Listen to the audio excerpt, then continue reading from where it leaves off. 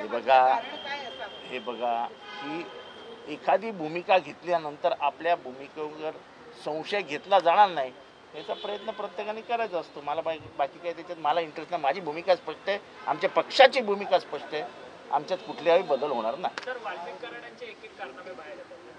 अहो हे अजून तर काहीच नाही हो. त्यांचा 302चा आरोप फक्त सरकारने टाकावा. कमीत कमी 50 कंप्लेंटवाले मीच घेऊन जाईल डीजीकडे. 50. सर पण सुरेश धस यांनी मल्टी ज्या काही छोट्या छोट्या बँका बुडीतामध्ये निघालेल्या आहेत, अर्थात ज्ञान राजा असेल, त्याच्यानंतर राजस्थान मल्टी इस्टेट ज्या मराठवाड्यामध्ये बुडीतामध्ये निघालेल्या आहेत, त्या बँकांच्या मालकांना वाचवण्यामध्ये देखील वाल्मिक कराड आणि धनंजय मुंडे यांचा प्रत्यक्ष सहभागी असल्याचा सुरेश धस जेवढे आरोप केले तेवढे सगळे सत्य आहे. अहो त्यांचं गव्हर्नमेंट आहे ना आता. म्हणजे इतका 2014 सालानंतर गोपीनाथ मुंडे जे म्हणाले होते ते मला आठवतं की हा भस्मासूर आहे. कोण म्हणालेलं मी म्हणतोय का? नाही, हे स्वतः गोपीनाथ मुंडे म्हणालेले की या भस्मासुराला मीच संपवणार.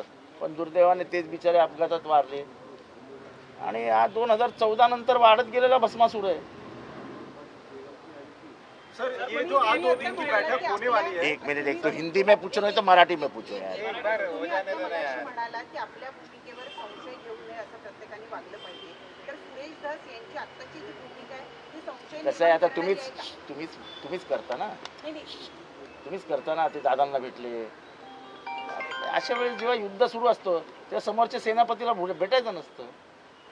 राजकारण जरी असलं तरी उद्या जाऊन मी अगदी त्यांच्या घरीच जाऊन जेवलो तर माझ्या भूमिकेवर लोक संशय घेणार. सरकारची काय अपरिहार्यता आहे की त्यांनी असा बाईट दिलाय की उपसा सिंचनाच्या जे थकबाकी राहिली होती अजितदादांच्या खात्याकडे ती मागण्यासाठी मी आज गेलो.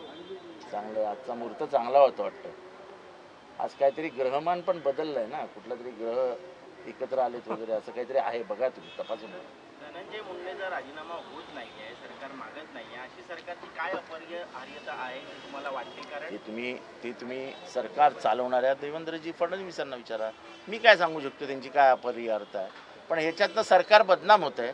आणि सर्वात हे सांगतो तुम्हाला की सर्वसामान्यांच्या मनात एक तर त्या खुनाबद्दल प्रचंड चीड आहे. प्रचंड चीड.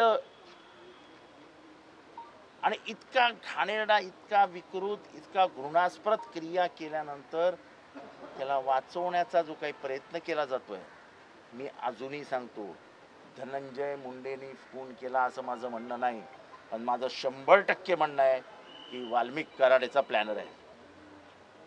आणि गेले 10 वर्षातले जे काही खून झाले आहेत त्याच्यातले 80% खून हे वाल्मिक कराडनी प्लॅनिंग करून केलेले आहेत.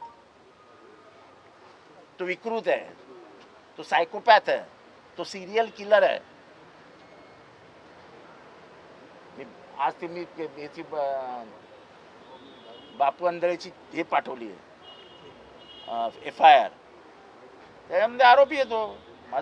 माझा हे आहे की महाजन ज्यांची बदली केली सरकारने, त्या महाजन नावाचे इन्स्पेक्टर परळीला इन्स्पेक्टर होते, त्यांनी आजपर्यंत वाल्मिक कराडला अरेस्ट का नाही केली?